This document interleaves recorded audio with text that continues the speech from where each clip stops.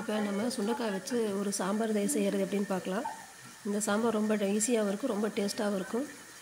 சுண்டைக்காய் கசக்கும் அப்படின்னு சாப்பிடாதவங்களாம் இந்த மாதிரி வைக்கிறப்ப நல்லா விரும்பி சாப்பிடுவாங்க.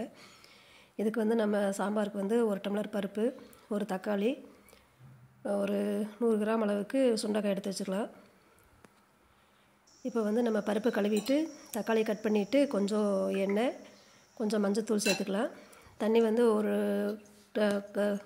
டம்ளர் பருப்புனா ஒரு 2 டம்ளர் 3 டம்ளர் அளவுக்கு தண்ணி விட்டுக்கலாம். இப்போ வந்து நம்ம சுண்டைக்காய் வந்து கொஞ்சம் நல்லா நசுக்கிக்கலாம். நசுக்கி அந்த விதையை எடுத்துட்டோம்னா தான் நம்மளுக்கு வந்து அது நல்லாயிருக்கும். இல்லைன்னா அது வந்து கசப்பு தன்மை அதிகமாக இருக்கும். சாப்பிட்றப்போ வந்து அந்த விதையை வந்து நரன்னு இருக்கும். அதனால் நம்ம நசுக்கிட்டு ஒரு 2-3 வாட்டி தண்ணியில் கழுவிட்டு அப்புறம் நம்ம வந்து இந்த சுண்டைக்காயை சேர்த்துக்கலாம். இப்போ நம்ம நல்லா 2 வாட்டி கழுவிட்டு அதுக்கப்புறம் நம்ம இந்த சுண்டைக்காயை சேர்த்துக்கலாம்.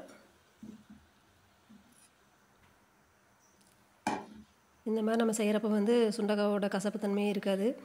நல்லா சாம்பார் நல்லா டேஸ்ட்டாக இருக்கும். நம்ம இதுக்கு வந்து கொஞ்சம் வெங்காயம் சேர்த்துக்கலாம். வெங்காயத்தையும் இதிலே சேர்த்துலாம். சுண்டைக்காய், சாம்பார் தூள், இல்லைன்னா நம்ம வீட்டில் இருக்கிற குழம்பு மிளகாத்தூள் அது சேர்த்துட்டு நம்ம இதனால் குக்கரில் ஒரு 2 விசில் விட்டுட்டோம்னா நம்மளுக்கு சாம்பார் ரெடி. இந்த சாம்பார் வந்து நல்லா சாதத்துக்கு, டிஃபனுக்கு, இதுக்கு எது எல்லாத்துக்கும் நல்லாயிருக்கும். நம்ம சிம்பிளாக ஈஸியாக இந்த சாம்பார் நம்ம செஞ்சிடலாம். லாஸ்ட்டாக நம்ம வந்து தாளித்து மட்டும் விட்டுடலாம். கடுகு, கருவேப்பிலை, கொஞ்சம் மிளகாய் போட்டு தாளிச்சிட்டோம்னா நம்மளுக்கு வந்து சூப்பரான சாம்பார் ரெடி. நம்ம சேனல் இன்னும் நீங்கள் இது வரைக்கும் சப்ஸ்கிரைப் பண்ணாமல் இருந்தால் நீங்கள் பண்ணிக்கோங்க. லைக் பண்ணுங்கள், கமெண்ட் பண்ணுங்கள்.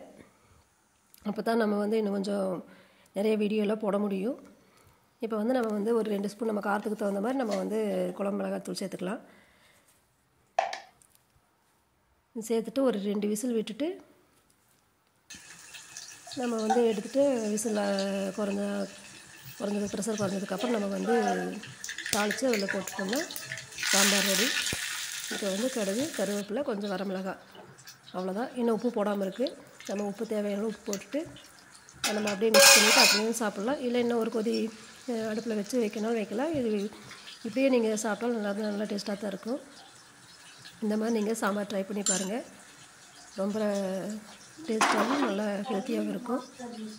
சுண்டைக்காய் சாப்பிடாதவங்க கூட இந்த மாதிரி செய்கிறப்ப வந்து நல்லா விரும்பி சாப்பிடுவாங்க.